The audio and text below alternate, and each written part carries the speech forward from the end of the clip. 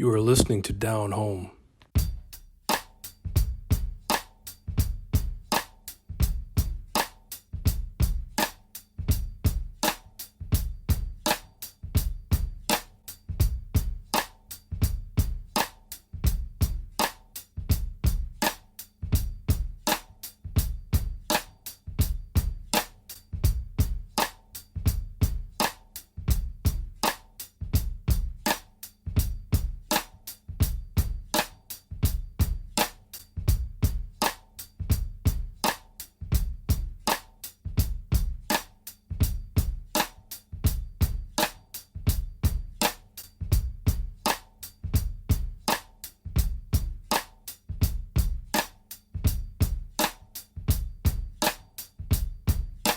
Breaking new ground, breaking new ground, breaking new ground, sip of breaking new ground, breaking new ground, breaking new ground, sip of breaking new ground, breaking new ground, breaking new ground, sip of breaking new ground, breaking new ground, breaking new ground.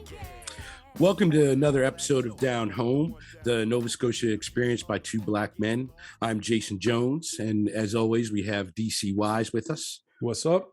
What's happening today? We have a great episode because I'm able to share the podcast with my two sisters, Cheryl Hennifer and Emily Summers. Welcome. Thank you. Now, yeah, thanks for coming on. It means a lot, and it's kind of cool to have a little bit of a family reunion. You know what I mean? So we're going to get right into it. You guys are both educators. Emily, you're in New Brunswick, and Cheryl, you're here in Ontario. I wanted to compare what you saw in school as a student to what you see now as a teacher, as well as from the perspective of a biracial educator. Cheryl, you can go ahead and start. So I would say for both situations, like coming as a student and then, what I see as a educator, I would say like in both circumstances, I saw like racism for sure. Mm-hmm. But I would say that both it's, kind of changed the way it manifests, like from before as to how I see it now. Mm-hmm. Interesting. Yeah. When I was a student, I always felt like coming into a class, I had to prove that I was smart. And yeah, I know a lot of people can relate to that just from discussions I've had, but there was just like this stereotype that Black students weren't as smart as the white students. And so I had to just kind of always, raise my hand and try to just be seen so that I was, perceived as smart. Mm-hmm. That's interesting, Cheryl. Like I remember going through school and my mother always telling me, you have to be the best in the room. Mm-hmm. You have to be the best in the room. So yeah, I can relate, definitely. Sorry, Go ahead. Yeah, for sure. And then like as I decided I wanted to be a teacher, actually, let's reverse back a little bit. I'm friends with a person now that I actually went to school with back then. We were still in contact is what I mean. And we both have the same memory of when we were in grade 5, we were the only Black students in the class. And we were forced to sit together. We kind of ran with, a couple of different friends, and we were okay with each other, but, it was just kind of like that perception that you must be with the other Black student. Mm-hmm. And then we were forced to do projects together. Other kids could choose their partner. We had to be together. And so like that was more blatant, I would say. going and being a student teacher, I was student teaching at a school in Halifax, and I walked into the classroom, and all of the desks were in a horseshoe. Yeah. But I noticed that there were desks that were outside of the horseshoe, kind of like pushed into the corners of the room. And you probably know where I'm going with this, but Mhm. I'd asked the teacher, like, what's with the seating plan? Yeah. And he was like, well, the white children sit in the horseshoe and the black kids sit like in the corners. And Wow. I was like, well, why would you do that? And he was like, again, stereotypes. Black children's voices are too loud. So therefore, if we put them in the corners, then they're less likely to speak. Wow. Wow. Wow. Wow. So like it was like at that moment where like I had a little one already, and I was like, okay, so let's find somewhere else to go to school. Yeah. Wow. I'm not putting her in here. Like, this is no. And there was like, I have so many stories like that, just like Mm. my adventures of, like kind of entering the scene and being like, whoa, whoa, whoa, whoa, whoa, what's going on here? Mhm. Yeah. And And like, just for context, like, what year would that have been when you were a student teacher? Like, so that would have been 2003. wow. I don't even know what to say. Yeah. So that was like my experience leading up. And then as an educator, so right now, I'm in the middle of like over the last, we'll say 3 to 5 years, I've been slowly trying to build safe spaces for children of a variety of backgrounds. Mhm. And what that includes is, safe spaces during lunch hour, meetings, clubs, meeting with admin, meeting with other, trying to create learning environments for the educators themselves so that they are not perpetuating, basically racism and violence in their classrooms. Mhm. Yeah. And then, working with kids so that they have a voice. So I've been like working with that. Lot of roadblocks. Like Mhm. Yeah. the roadblocks are all around feeling like when you say this is a need, you're basically saying that therefore there is a problem. Mhm. Mhm. And a lot of people don't like that. Like they don't like being called out on their shit. Like they don't Yeah. like it. Yeah. So, you are trying to create this like, kind of vision for the kids, and it's like roadblock, roadblock, roadblock, roadblock, roadblock. Yeah. So, example, I was like doing like a teacher education kind of thing, and just in the middle of the whole thing, the teacher was like stood up and was like, all lives matter. Oh. And yeah, just like as an aggressive, like, form of defiance. Mhm. Yeah. And trying to stop what you're trying Yeah. to And get across. nobody said anything. Like Mhm. no teacher, no administrator, nobody said anything. So I was just like, okay. Yeah. Moving on to the kids, like they're what's important. Yeah. So then in working with the kids, and like this is as recent as this year, sometimes you get teachers who like they have an idea in their mind of what equity is, Mhm. but it's not really what what it is in reality with regards to the kids. Mhm. And so, like, we had had a discussion about what is privilege and what is white privilege. And Hmm. she became upset and said, well, what is black privilege? Oh, yeah. And I was like, oh my goodness. It's like day in the life. Yeah. But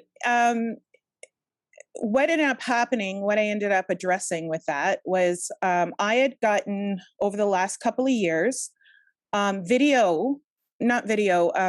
voice recordings Hmm. of Black children and their experience in the school system. Yeah. And I amalgamated those information into a video. Hmm. Mhm.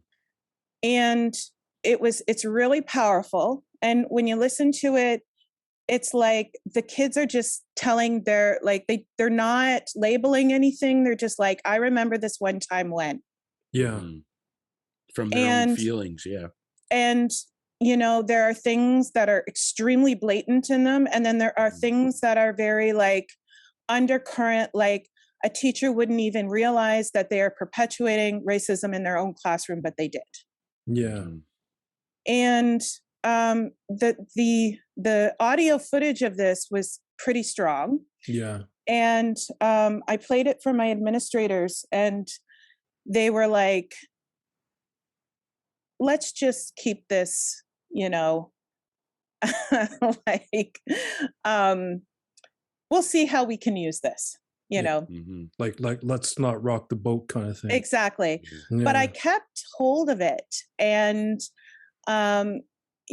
when confronted with an, authentic question of like, well, we're talking about white privilege and we're talking about, issues within the classroom, and, we're being challenged with, well, it doesn't exist.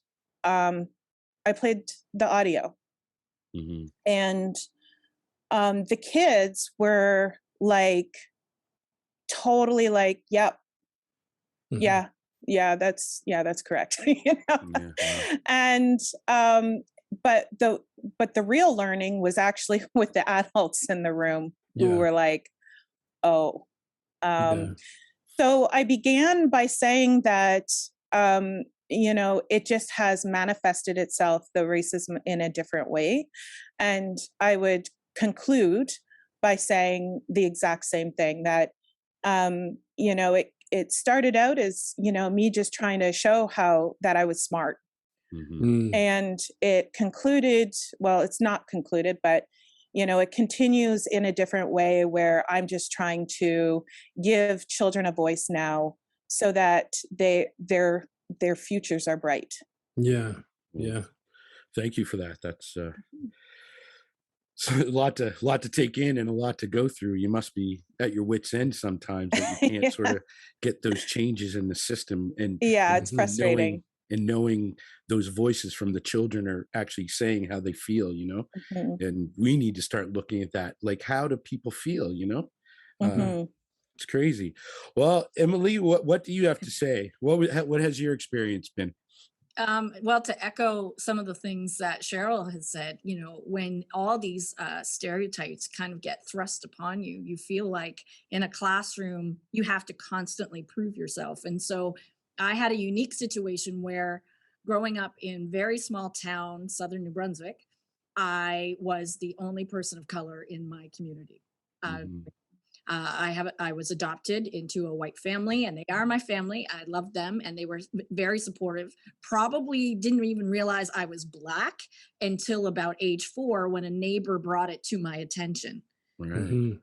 Parents within the community would say, "Oh, you're hanging out with the Black child," and I just knew I was part of the Thompson family, and I had 2 sisters, and I had 2 parents, and we lived on Princess Street.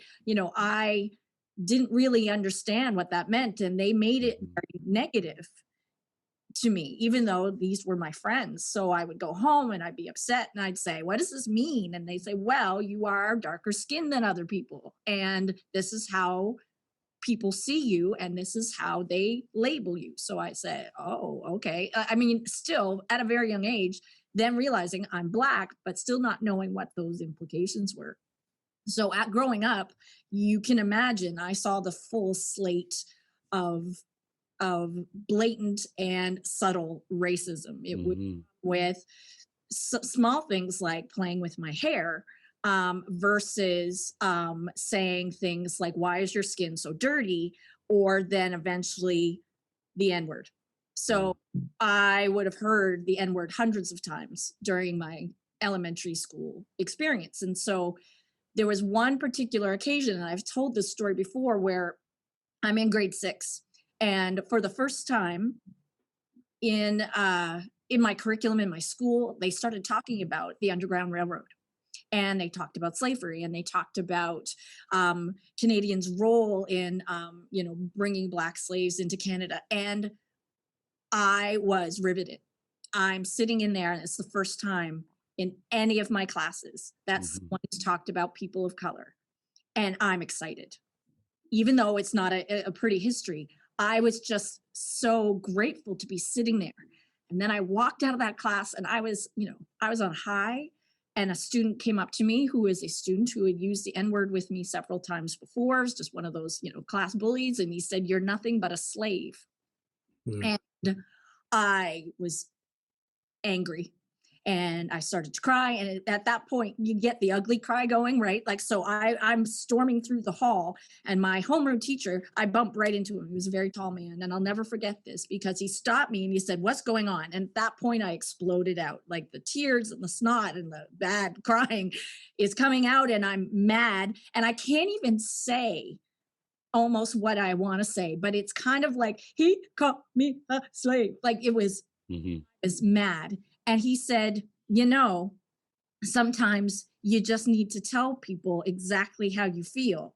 I'm going to go into my classroom right now, and I'm going to shut the door, and I won't hear anything that you have to say. And I went, okay. And then I turned around and I went back to that guy, and I found him in the hallway, and I screamed all the bad words that I knew, and I told him off, and he didn't bother me again. But what I have discovered in my small community is that for a long time, I believed that many people were racist. Then slowly I started to realize that I had allies, and he was the first one. And he was the first one who said, "You can stand up for yourself, and you don't need to take this anymore." So that was huge. And as far as confidence, and as far as feeling like I wasn't less than, because many people over time felt that. Never from my family, never from my immediate friends. So as I went up into middle school and into high school, there became this discovery of my Blackness, where I wanted to read more things, where I wanted to learn more stuff. I would meet people from Toronto, friends, cousins, friends of friends, and they'd say to me, "What are you?" And I'd say, "I'm Black." And they'd say, "Nah, no, you're not." And so I became curious about my background, and I knew it was a mixed background, but I had no context, I had no information. And eventually, that's a whole other longer story, the discovery of my biological family. But it was as a student, it was, I'm being made to feel different. I am being thrown stereotypes at me that I don't understand. And I had to prove that I was smart. I had to prove that I was articulate. I had to prove that I did not belong on a basketball team. I was 5 feet tall, and people were asking me to try out for basketball. I'm going, "What do you do?" Like, those kinds of silly, now that you think back at it, stereotypes. But all of that was just, thrown at me. And so then as I became more educated and I became more curious, I realized, this was something, even though this was that I did have support, that I did have allies, that I was meeting other people of color, and we were talking about all of our shared experiences, and they were all the same, which was very unfortunate. And I thought, there was this moment in my education where I said, okay, I want to be a teacher, but do I go to the city and do I experience a more diverse population, or do I go back to my community and do I tell them this is what it's supposed to be like. And I made the very conscious choice to stay in New Brunswick and to continue teaching and in a rural community, my own community, because I wanted to make a difference. And now we're becoming more of a diverse population, and those students are isolated. And so, like Cheryl has talked about, you know, I am a safe space as well, because we all do have this shared experience. And in my teaching, I have made a very conscious effort to talk about race. I talk about it in all grades, but I do a very big focus with my grade 11 students because they are about to go off into the world and experience other cultures. They might have one or two students of color within their class from various backgrounds. And every time the conversation comes up and I share my own experience with racism, they're in shock, but then they're also not in shock because they've heard it in gaming. They've heard things said in the hallway. It's not as bad as when I was growing up, but it's still there. Mhm.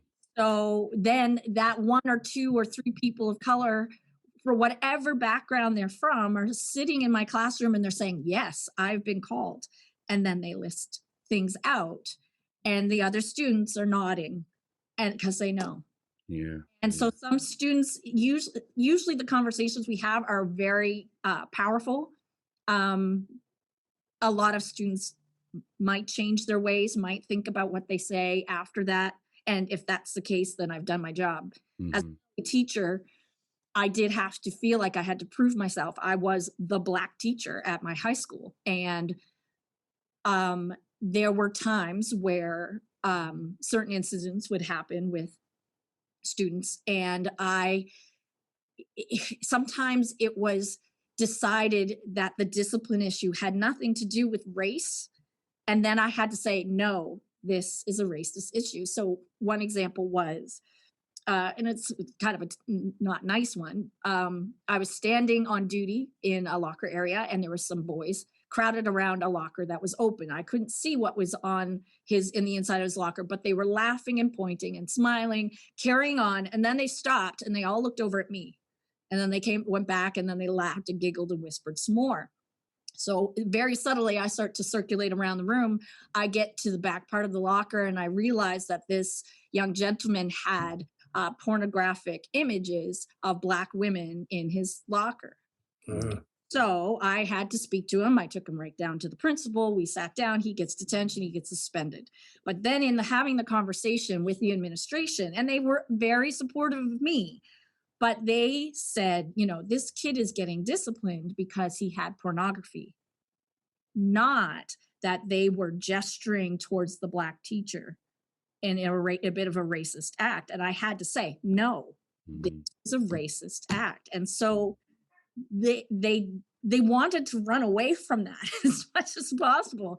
And still, even to this day, the student was punished and received consequences because he had pornography in his locker, but not because of the racism associated with that. Mhm. So I felt like sometimes that we had to defend it. And so in the last year, I was on a Zoom call with other educators in my province. They brought together community members, teachers, students of color, white teachers, administrators, and white students of color. And we all kind of had this conversation about race because after the Black Lives Matter movement, you know, and also a lot of the things that we're seeing going on in the States, there becomes renewed conversation about race.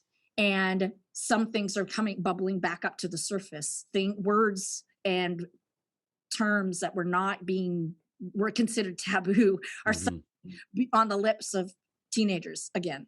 And also renewed hate towards different groups of people of color. And so we had a provincial conversation and it was excellent. And about, is this an issue, right? Like I could tell you from 20 years of teaching, yes, it's an issue. It was an issue then, it's an issue now. But what was fantastic and also terrible is that when you're sitting with all these Black educators, And every single one of them is saying, yes, I've experienced racism. Yes, I've seen students experience racism. And many times I've had to prove what I am seeing as racism to the people around me. But in a couple of occasions, there was one principal from St. John, and he explained that he experienced a racist act when he was out socially with a group of other teachers. He was isolated, pinpointed, and all of the teachers around him said, wow, like they all knew that what was happening was not right. They spoke up for him. They said, yeah, that wasn't cool, man. Like that guy was totally being racist.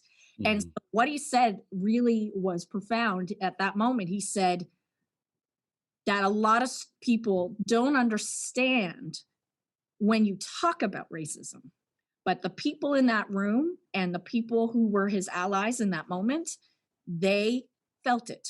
Mhm. When you do not have to necessarily be a person of color to feel the racism that is happening if you are in that situation. So when Cheryl was talking about, that situation where someone says all lives matter and then no one says anything, every person in that room would have known. Yeah. It's a question of whether or not people are going to step up. So from this Zoom call, obviously created some great friendships and allies for me, but also we decided that we needed a person to directly deal with racism in each district. I was asked to apply for the job, and I said no, and asked by several people, and they said, well, it would be great and you could do this. I said, no, my place is in the classroom, talking to students, talking about the experiences of a person of color, and letting them understand that this stuff isn't right anymore. And if I leave, who is going to do that? So they did hire a racism coach. Absolutely. A great person has already come and spoken to our staff and has already very gently started talking about things.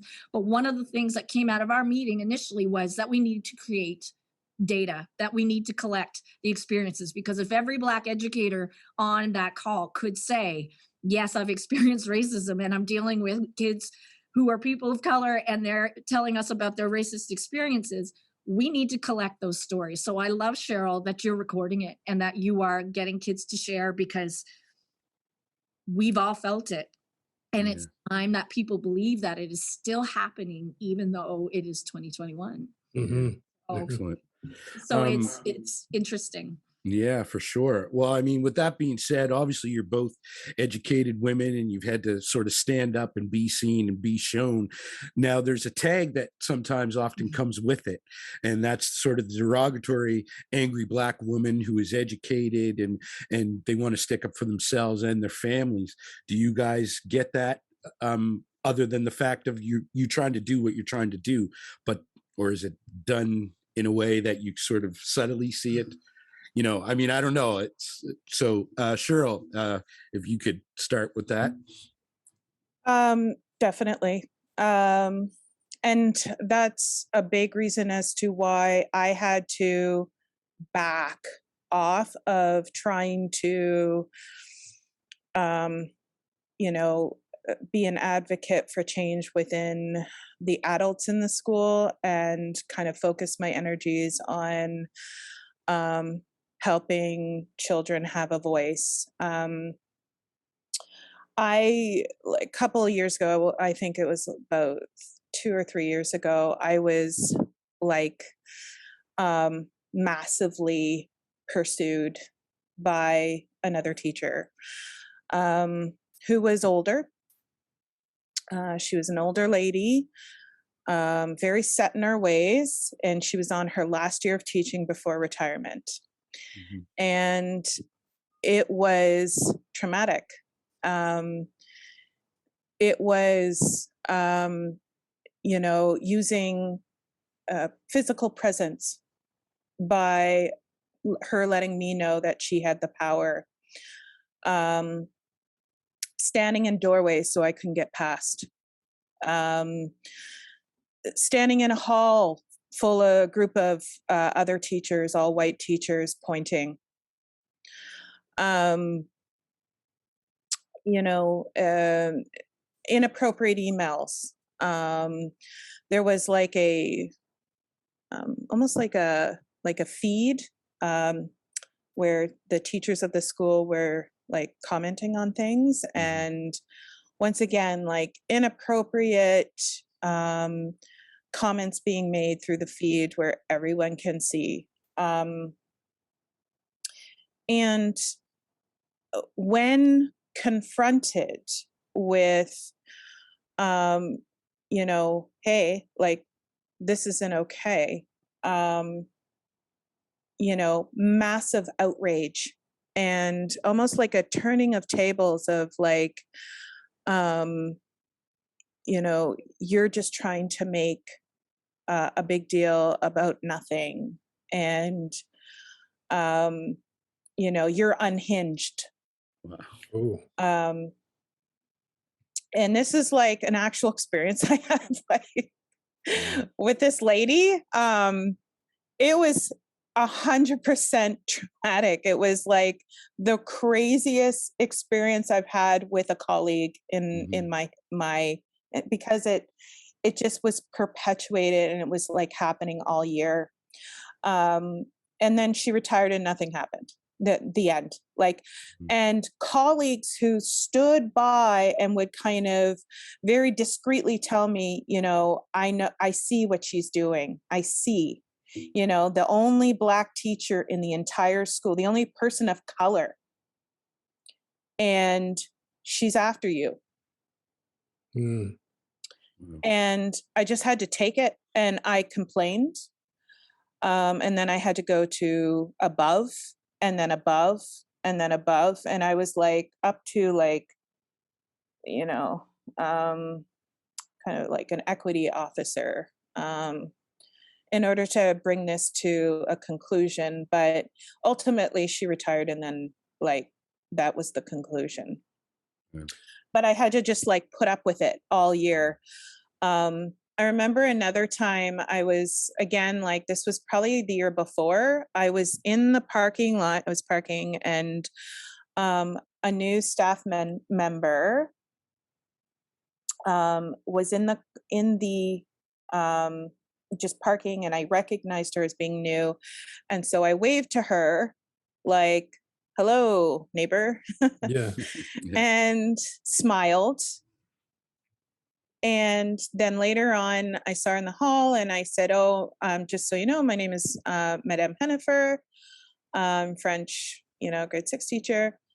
And she and I got to talking, and I said to her, like, because she had said, "Well, I won't remember anyone's name," and I said, "Well, my name is Cheryl, and I happen to be the only Black person on staff, so you know, you might recognize me." She went to the administrator and told the administrator that I was implying that she was racist, Oh my gosh. Wow. and cried, like cried. And then I got a phone call in my classroom like midday, and I was told like, you know, you need to come down for a meeting. So I'm like, oh my goodness, what could this be? I don't even know. So I go down, and I'm told, you need to apologize to this woman. And I'm like, whoa, whoa, whoa, whoa, whoa, whoa, whoa. You know, and I repeated word for word what had happened. Yeah. There is no way that racism could have entered into this unless she was thinking about it. Mhm. And she says, "Oh, no, I know you." She says, "I know you. I know how you are. Like I know that you wouldn't do that, but I just need you to go and apologize to her, you know." Wow. So I was forced to go and say, "I apologize for making you feel like you were racist." Oh my goodness. Wow. That makes me, it reminds me of all the stuff going on in the States with what a lot of these school districts are calling critical race theory, even though Yes. they're not teaching it. Yeah. But that's a side note. We can get into that after. Yeah. 'Cause that's a very large discussion as well. Yeah, big time. But yeah, no, it just amazing. Like and the language around it. We actually were talking to a psychologist for one podcast, and she called it um racial gaslighting. Mhm. Yeah. So like just to put the word on it, Yeah. like it's something that word probably hasn't been used in the last 20 years except for the last 2 years, but to put the name on it, and I saw both of you say, oh yeah, once I said it, because if you're a person of color, you know what that feels like, and Yeah. you know what it is, right? Yeah. Yeah, Hmm. it's crazy. Yeah. And Emily, what about you? Well, I've learned to become a very good actress. I teach drama, so Mhm. I find that my personality has to go in contradiction with everyone else's first impression of me and color. So, being the only Black teacher, I have to be extra smiley. I am extra friendly. And when things happen, I have to absorb it and Right.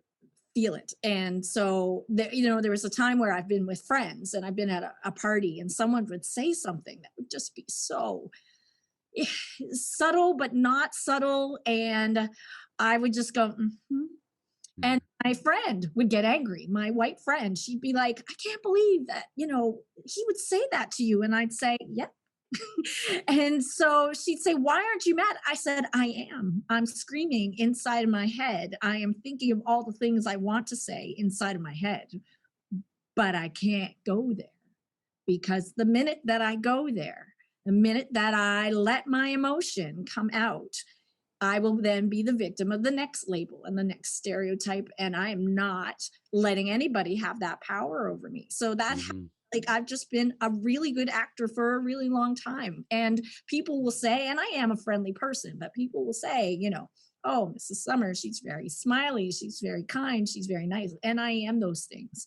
But there are times where it's almost like gritting teeth, because when you get that label, then it's suddenly taken any argument that you had to prove, hey, this was not cool, this was a racist act, and the emotion that comes out of you, all of a sudden they don't take you seriously anymore. Mhm. So I've had to I'm like the queen of deep cleansing breaths, because I have to, because when these things happen, I had a student say to me, oh, you should go back to where you came from. And I said, really? And I said, well, where would that be? He says, well, where were you born? And I said, Bathurst. and he said, yeah, well, people that look like you, they come from different places. I said, I'm pretty sure that we all came from different places. Yeah. And he didn't understand, and he just wanted to make his mark. And then I said, okay, just go to the office. That one was a little bit more obvious, so they took that one seriously. But I can't debate. I can't, there are times where I just want to sit down and give, a kid a really, really good lecture, and Mhm. say, this is not right. You can't do this. But how do I do that? If I'm just going to get that stereotype as the angry Black woman. So instead, I in subtle ways have to communicate my discomfort and my dislike, and I'm really good at acting, and it's terrible that that's what we have to do. Yeah. Yeah. Yeah. It's almost like a tightrope, and like Yeah. being like growing up in a single, like my mother brought me up. So I had a front seat to that. And just a quick um, story, like my mother brought me up here to Ontario for a couple of years, and at Brockville, Ontario. And I think it was 2 weeks into the school year, and she went to the school and tried to enroll me.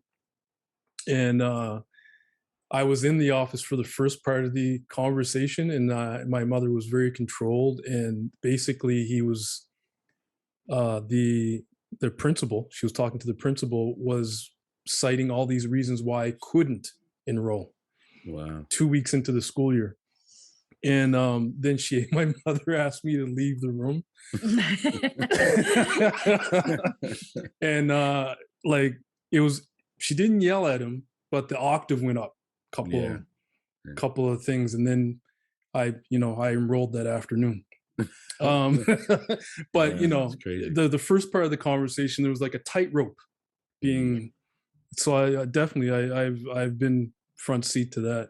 But switching gears though, as biracial women, like I have biracial kids, so we've had the discussions about identity and where they fit in the community and things of that nature.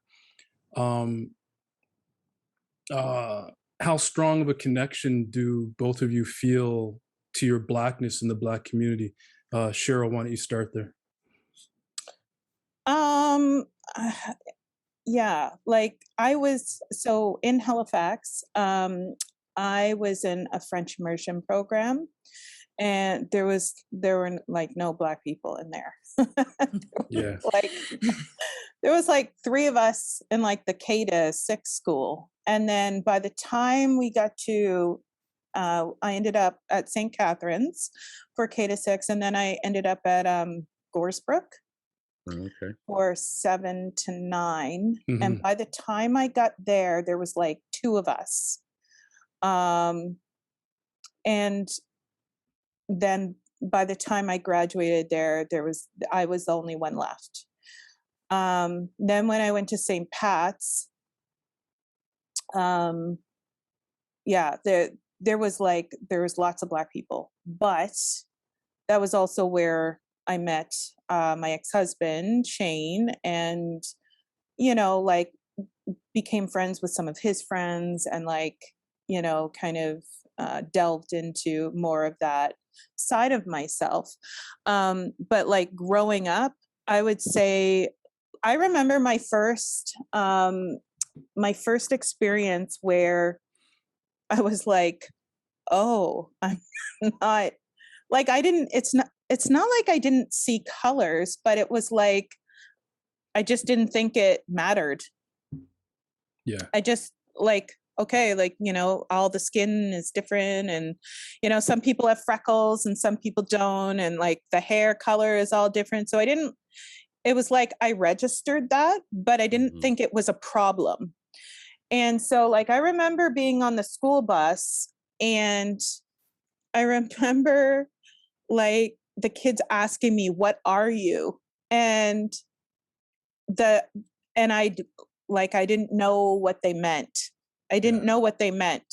They just kept saying, "What are you?" But what are you though? And I remember just getting so upset. By the time I got off the bus, I was crying. Just because it just didn't make sense to me. And then I was probably about 5 years old, and that was the first time that I had a conversation with my parents. Mm-hmm. The thing about it though is that like my biological mom took off when I was 4 and was gone for 25 years. Right. And what I didn't realize was that I was part French Canadian, part Indigenous, Mi'kmaq, and part Black. And so what I will say is that growing up, it all like, and I'm sure maybe Emily can identify with this, it was just sort of like, I grew up knowing what my skin looked like, knowing what my hair looked like, knowing what my eyes looked like, but it was still like a piece of the puzzle was missing. Like I didn't really know who I was. Yeah. And that was confusing, and it made me feel ugly. And because a lot of the, like the white friends and the white boys would like, touch my hair and make it seem like it was ethnic, different.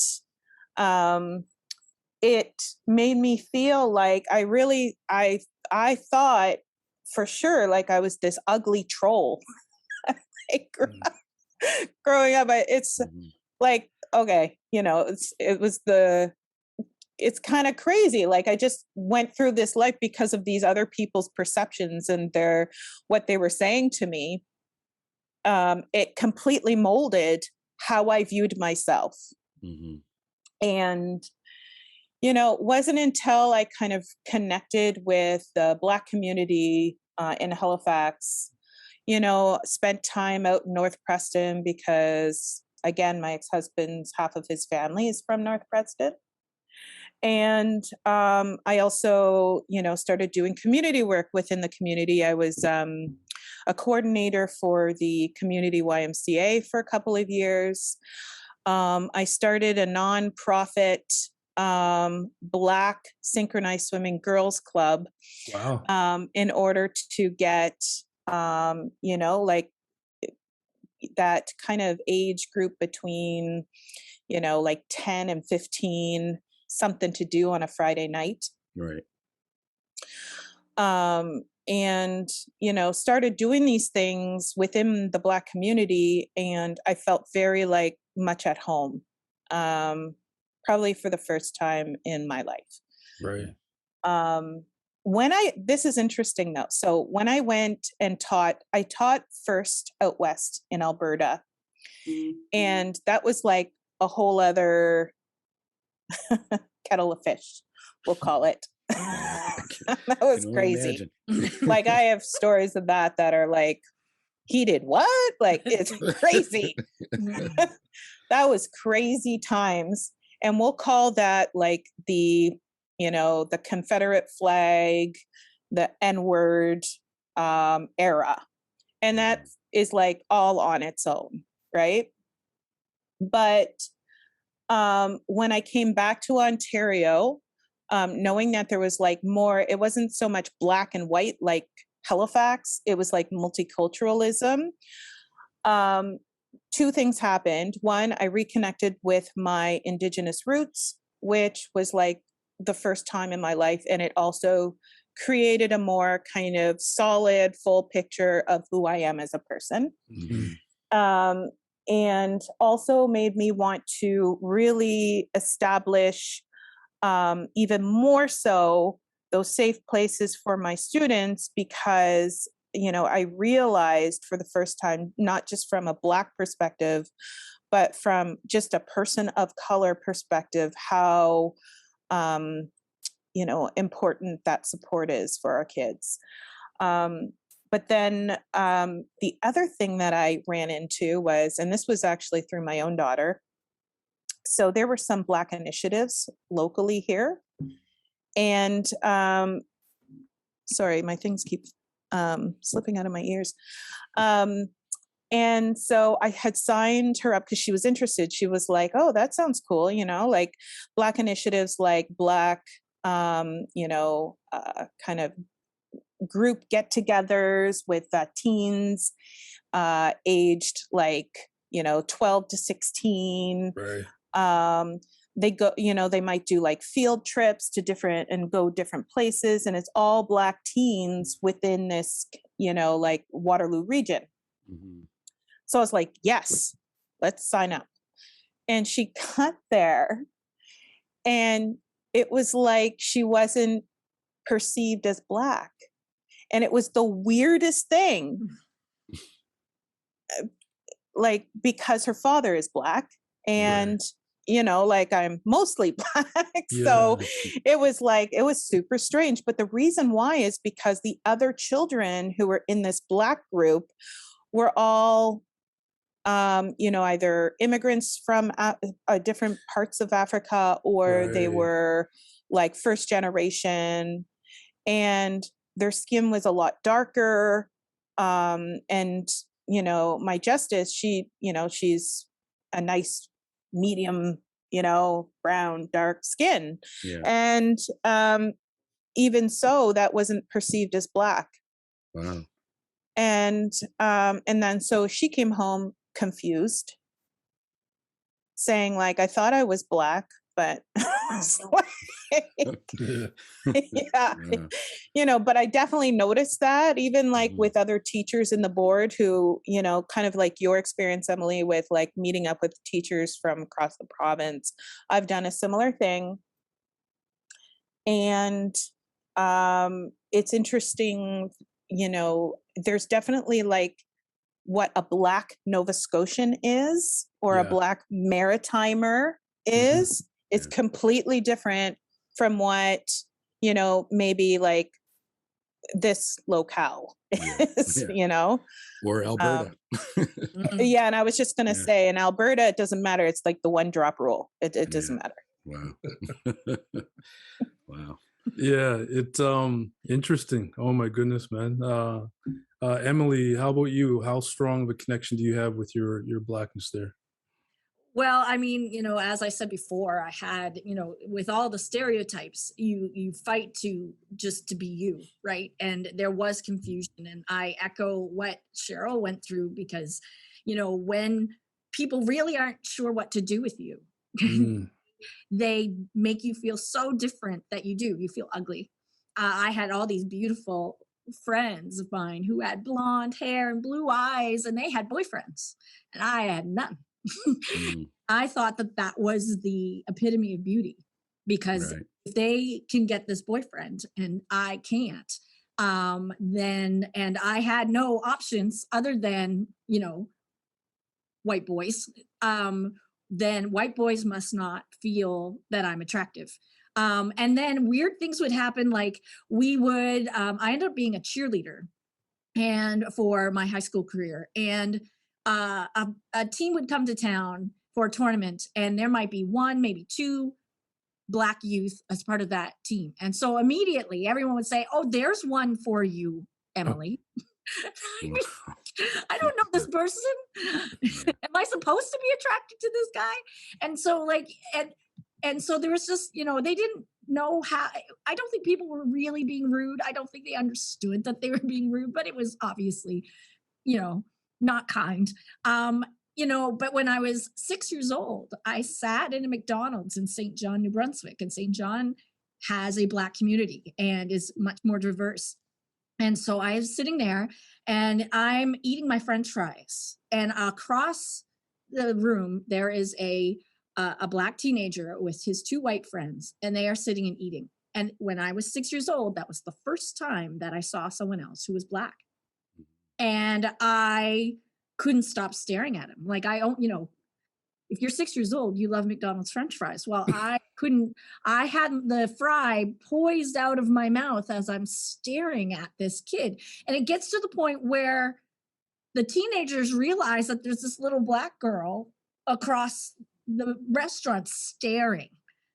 And I was he was the most beautiful thing I had ever seen. I was just so excited. And I just had this like smile on my face, and I'm staring inappropriately at this young black teenager to the point that I think his friends started teasing him that he had a little girlfriend and he probably got uncomfortable and they left. Yeah.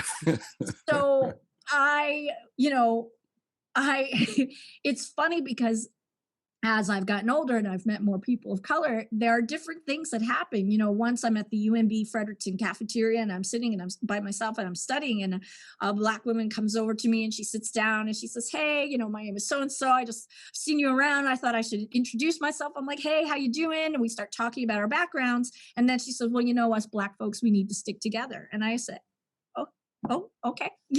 I mean, Yeah. the people around me, I didn't really even know what that meant because I didn't have black folks around me. So Mhm. I found that confusing, but I was glad that she was considering me one of her own. And she became a friend later on. And so more and more I realized I need to, you know, seek out experiences, seek out people. And even now I find myself, I'm in the grocery store and I'm walking through and I see a new family because it's a small town, everyone knows everyone. Yeah. I'm walking through this grocery store and I see a new family, and they could be, an immigrant family. They could be just people of color, but I look at them, I smile. I'm like, hey, how you go? Like, I want to say, hey, I see you, welcome. We're not all like this. I want to I'm extra cheery and extra nice to people who are brown, because I want them to know, that we're here, right? Yeah. And it's going to be okay, because I was never able to look around my community and see people of color. And so one of the most amazing experiences was, well, first of all, I did marry a white man, and my children are biracial.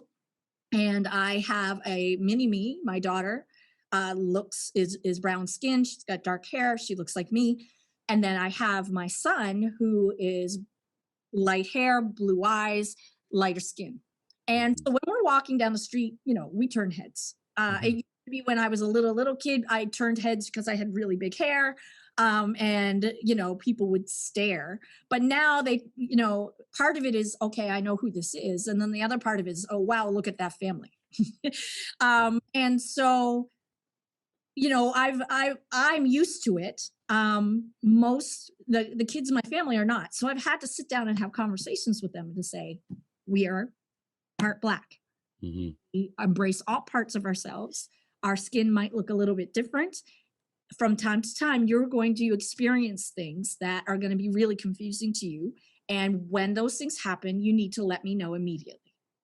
And so my daughter, ironically, has not really experienced that.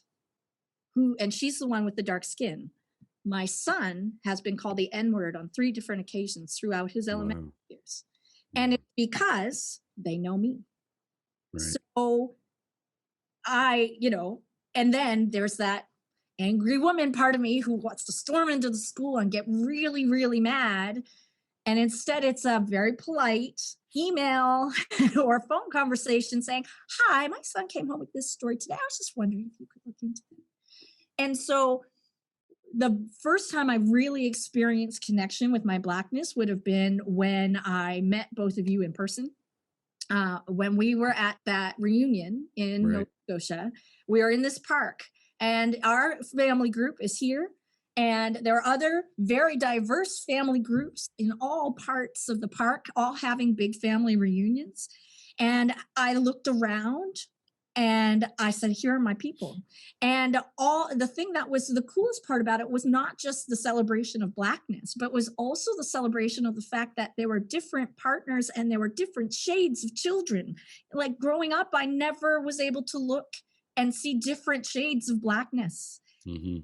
And absolutely, I saw that in that park that day. And I was beaming. I was just so happy inside because I had found that. Now, I have connections with my white biological family. My adoptive family are all white, and they're amazing people, and they're my family. But it was just that part of my culture. And I was 40 when I probably found Dave and his family. Yeah.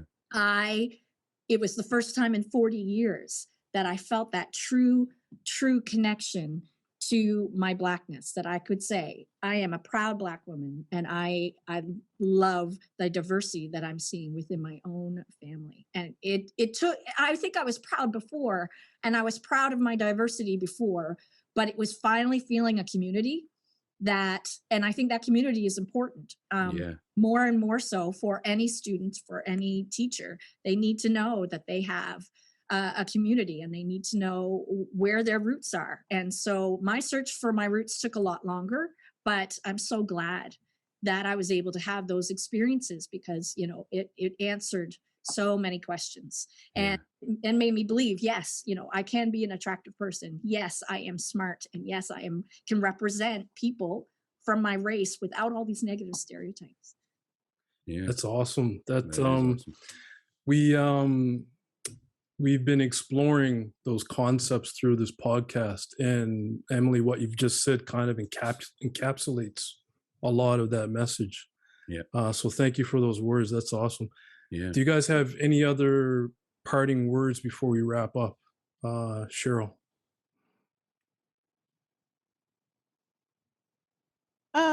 Just that I think um, moving forward, because of my profession and Emily, your profession, I think, as you were saying, Derek, that um, I know that we focus a lot on us adults and our stories and that sort of thing, which kind of paved the way for the younger generation.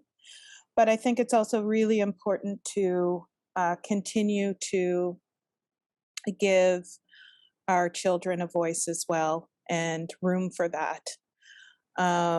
Some way, somehow, moving on into the future, because, I mean, the cliche of they are our future, I mean, it's true.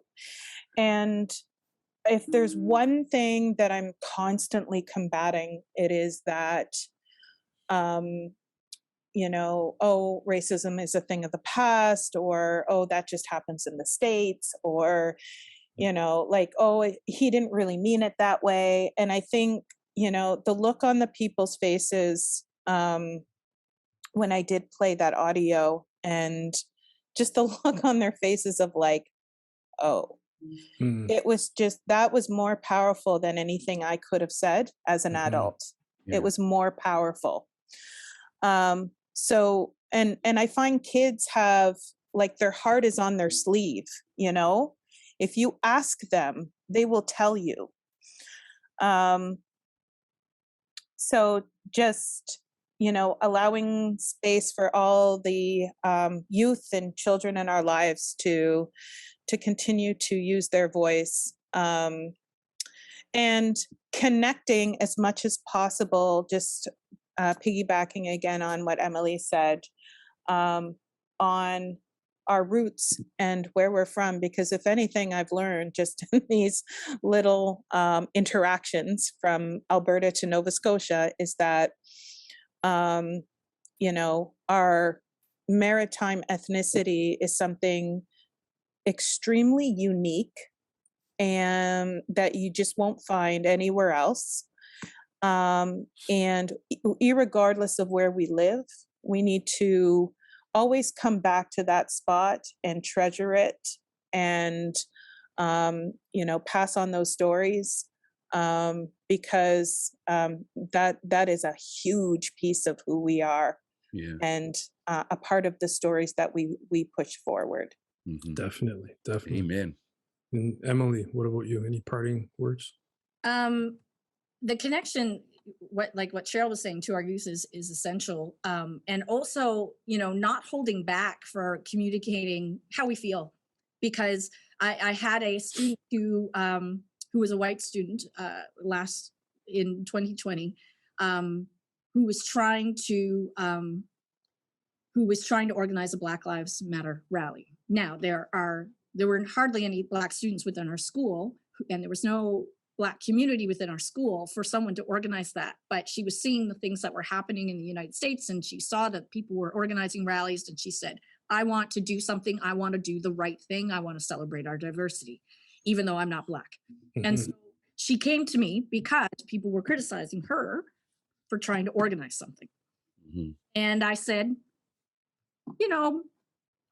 I totally get that people would be critical. How do you want to do this? And she said, okay, well, first of all, I'm here asking you, how do I word this? How I want to make sure that I'm doing the right thing. I want to make sure that I'm appropriate. And I said, okay. So she came up with, text to be able to put the event out on social media. Some of her original ideas. I said, don't say it like that. She listened and she put her information out there. And then the day she said, are you coming? And I said, yeah, I think so. But there was a moment where I'm sitting in my school and I'm ready to leave, and they're meeting.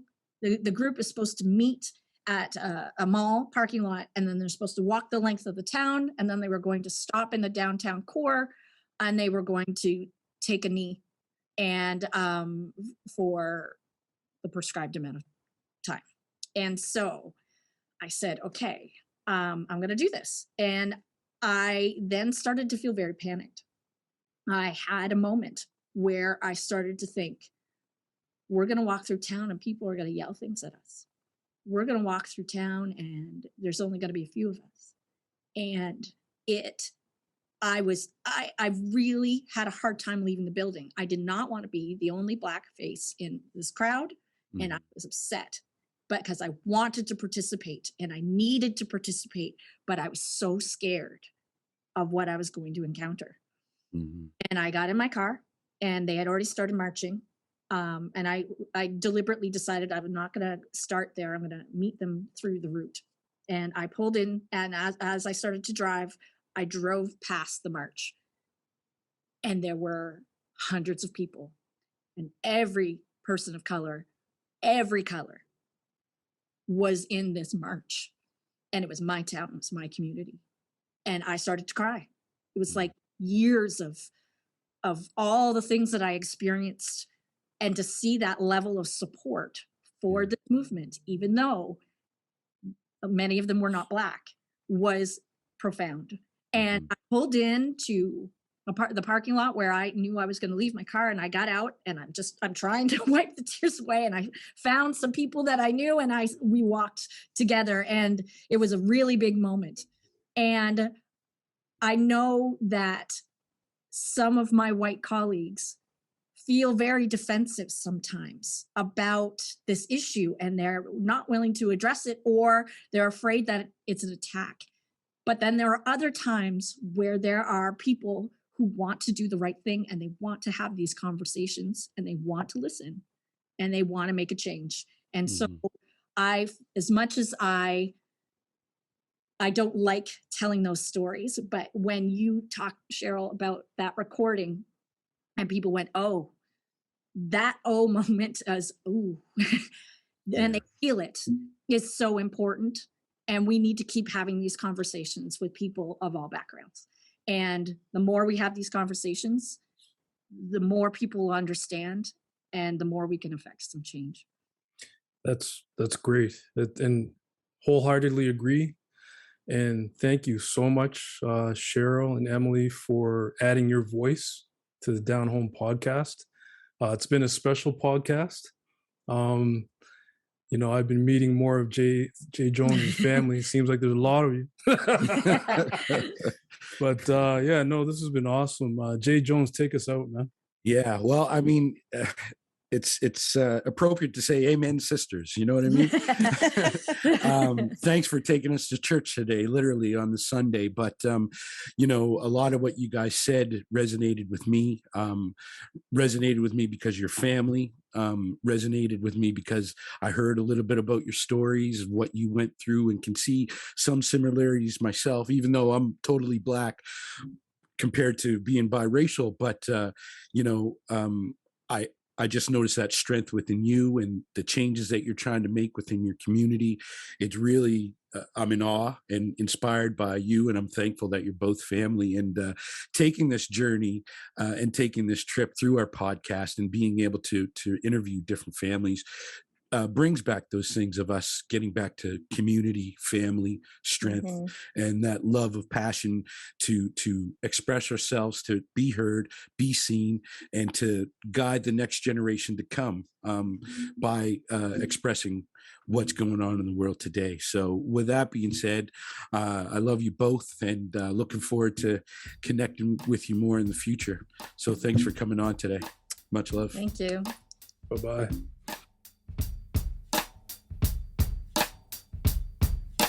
Breaking new ground, breaking new ground, breaking new ground. You have been listening to Down Home. Subscribe wherever you listen to podcasts.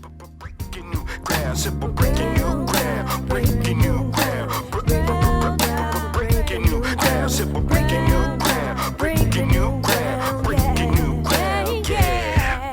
On a high plateau, from the one down below to the future of the funk, getting lost in the flow. Contact with the spark magex. Now it's time to flex with the force from the soul, reaching all aspects, getting deep, no time to sleep as you reach your next phase, laying it all on the line. New trails, The song, to blaze, it's a Breaking New bright Ground, side, a brand new from path, The breaking Breakdown. down someone. Feeling free, I just laugh with the joy of a beat boy, just kicking it live. A connection so strong, transcribed with the vibe like magic prescribed. Only to see the perfect blend, like a diamond in the rough.